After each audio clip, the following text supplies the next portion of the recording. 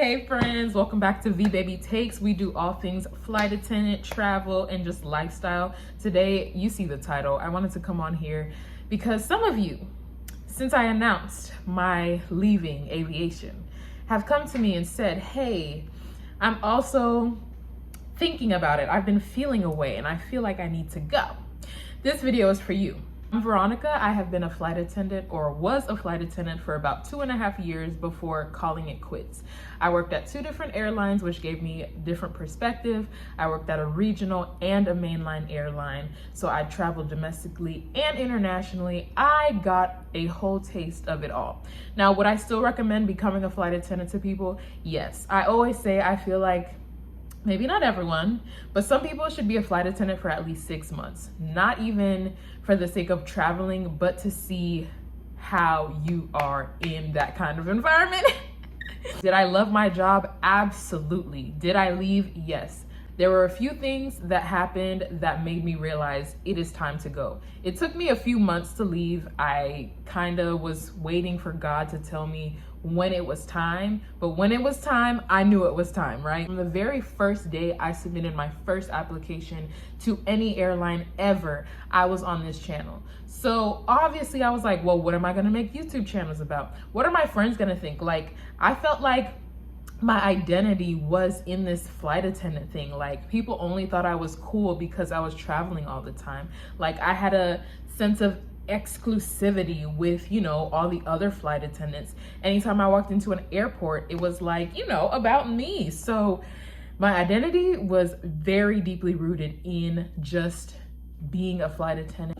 So the first thing that was a major thing for really probably every flight attendant was burnout and fatigue. We all go through it. We work long days, long hours, a lot of things that we do not get paid for, and it's just all a part of the job. So I actually became a flight attendant thinking that I would have more power over my time. And as the years went on, I realized that I had less power over my time.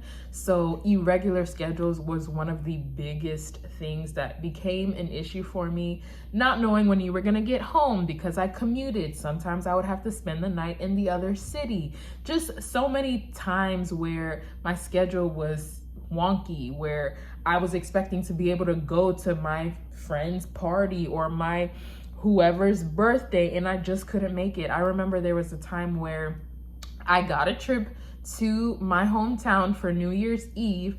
I didn't even get to make it into the city until after midnight because of delays. So just so many things that you cannot control. Whew, now don't get me started on the physical and the mental exhaustion, y'all. Physically, if you watch my last video, you will see that there were physical implications with me working this job. My feet, y'all. I am a young, hot 24-year-old. There are no reasons why I should have foot problems, but that job gave me foot problems. Not even that, I've seen so many people throughout the years, older flight attendants who have had to get knee surgery, back surgery, shoulder surgery, from luggage, from overuse, from so many things where it just takes a toll on your body. And sometimes you don't realize it's gonna catch up to you until it catches up to you. Don't talk about being mentally drained, trying to manage like a household, trying to be a partner, trying to deal with passengers. It all is mentally exhausting. And if you can have that control over your schedule where maybe you fly once a month, do it. I always said, make this job work for you. Work for you, not the other way around, because there are a lot of things that are not right in this industry and you got to make it work for you. The second thing I wanted to talk about is your lifestyle changes and personal growth. When they say this job is not a job, it is a lifestyle, they meant it. Y'all, your life revolves around being a flight attendant. What you can do revolves around being a flight attendant. If you're on call, it revolves around being a flight attendant. Even if you're off, it revolves around being a flight attendant. You'll see. If you don't know, you might find out if you're interested. It's a lifestyle thing and it's fine. it works until it doesn't.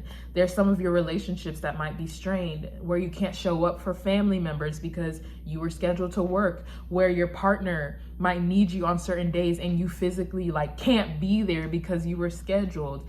Where I remember for me, I usually got the same days off a month, which was great.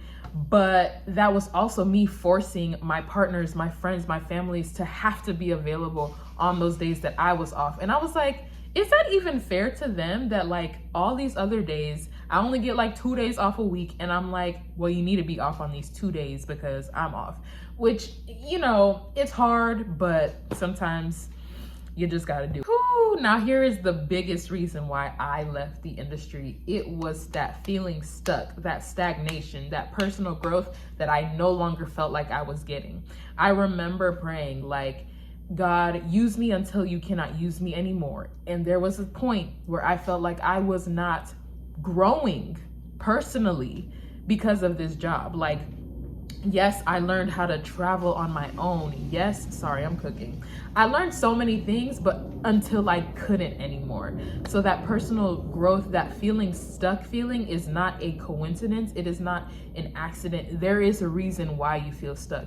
With the people that you encounter, the other flight attendants that I was around, they didn't make me feel like I was growing. A lot of them, this was their identity. They were a flight attendant and just a flight attendant.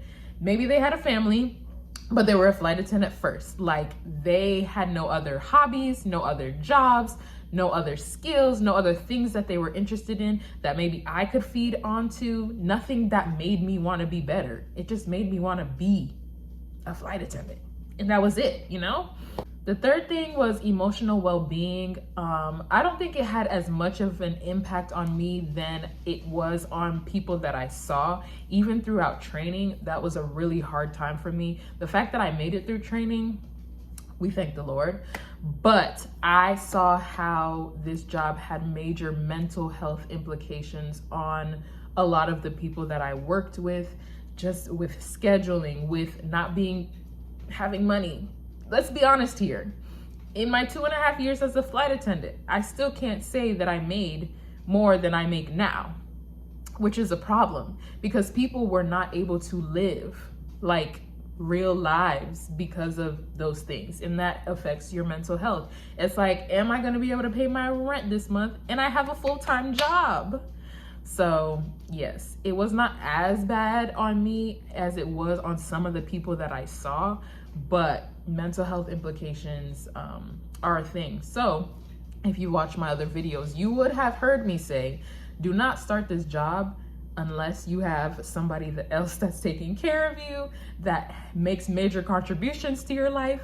Maybe your rent isn't as much, because you'll realize when you first start that you're probably not making as much money as you did at whatever job you were at before. Now, you realize you don't want to do this anymore. You're thinking, do I become a pilot? Where do I go now? Do I leave the industry overall? The first thing that I started to think about when I knew that I wasn't going to be a flight attendant forever was, well, what am I about to do? I don't know. It was really important to have a plan. Even if you don't have a job lined up or like specifically what you're going to do, you have to have an idea. So what I did was sat down, y'all. I sat down and was like, okay, if I wasn't doing this, what would I be doing? I wrote down my skills. Like, what do I already do that I'm not getting paid for? And I fell into project management. I haven't made an announcement, but yes, I am a project manager. I was able to smoothly transition out of aviation and go into an industry that I enjoy, that I get to work from home at, that I get to pay my bills with on time. We thank Jesus. And yeah, I literally set out to be a project manager. The moment that I knew that I did not want to do this, I literally was like, okay, Google, what do I need to do to become an official project manager? I started the certifications. I started job hunting. Baby, indeed, baby, all of them. I was like, okay, if we're gonna get out of here, we gotta do it right. We got to have something in place. And that's what we did. Those were some of the major things and signs that told me it is time to move on from aviation. It was time to move on from being a flight attendant. That personal growth was a major one, feeling stagnant, feeling stuck. The burnout and excessive fatigue, physical, mental drainage, and realizing that I had other skills that could be used. I knew I wasn't gonna do this forever, but I didn't know when it was gonna end. And I'm just so grateful for the position that I am in now. I still wouldn't trade my 2.5 years as a flight attendant, y'all. I have met so many amazing people. I have traveled, I have taken my family places. Would I ever do it again? I don't think so. But I'm happy with how the trajectory happened. But those are my signs on when it was time, how it was time to move on from being a flight attendant. If you are an ex-flight attendant, former flight attendant, I don't know what to call myself now, y'all. It was an identity. But if you are no longer a flight attendant and you used to be, drop your reasoning below on why you left. If you're thinking about leaving, share in the comments. You can DM me. You know, I can be a sounding board. It's always nice to talk to someone who has been through it.